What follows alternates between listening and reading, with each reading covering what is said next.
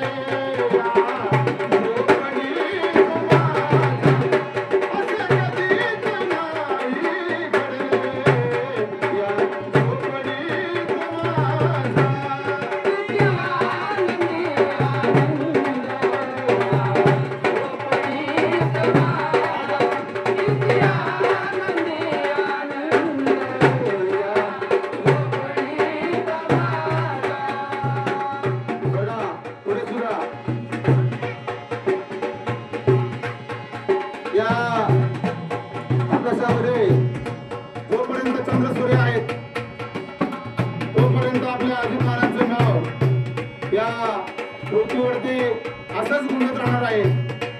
कारण त्यांनी त्यांच्या आयुष्यामध्ये असंख्य चांगली कामं केलेली आहेत आणि चांगल्या कर्माचं फळ हे नेहमी चांगलंच मिळतं. आणि म्हणून त्यांचा खूप मोठा परिवार, त्याचप्रमाणे लहान बाळ गोपाळ, या सर्वांचं नेहमीच आई जगदंबा, त्याचप्रमाणे पंढरीचा पांडुरंग हा उद्धारच करणार आहे. कारण त्यांच्या हातून नेहमी सत्कारच घडलेला आहे आणि सत्कार्य करणाऱ्या माणसासाठी नेहमीच परमेश्वर वरून हसत असतो.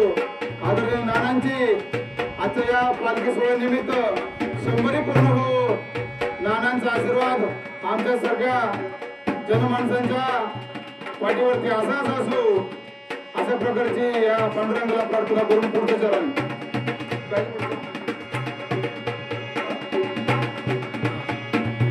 धरणीवरी पडावे आकाश पांघरावे, धरणीवरी पडावे आकाश पांघरावे, धरणीवरी पडावे आकाश पांघरावे, धरणीवरी पडावे आकाश पांघरावे, सदा हरीचे गुण गावे, सदा हरीचे गुण गावे, या झोपडीत माझा सदा हरीचे गुण गावे, या झोपडीत माझा. किती आनंदी आनंद झोपडीत माझ्या, किती आनंदी आनंद झोपडीत माझ्या. माणसाने आयुष्यभर किती कमवलं, धन दौलत पैसा अडका सगळं जागेवर राहणार आहे. परंतु माणसाचं सत्कार्य, त्या व्यक्तीने जन्मल्यापासून त्याच्या शेवटच्या श्वासापर्यंत जे काही सत्कार्य केलेलं आहे ते सत्कार्य समज येणार आहे. म्हणूनच संत बहिणाबाई चौधरींनी संत बहिणाबाई चौधरींनी आपल्याला पुढे काय सांगितले, येताना सुखी यावे,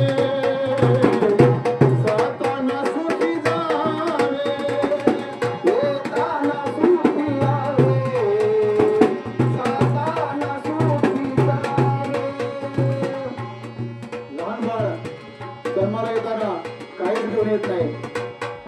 तेच बाळ ज्यावेळेस मोठ्या तारुण्यामध्ये धन दौलत कमवून पुन्हा म्हातार होतं, जाताना सुद्धा काही घेऊन जात नाही. मात्र या आयुष्यामध्ये एक गोष्ट करता येण्यासारखी आहे. जेवढा आनंद तुम्ही इतरांना द्याल तेवढाच आनंद तुमच्या मनाला राहील. आणि म्हणून संत महात्म्यांनी शिकवण दिलेले हे पुढे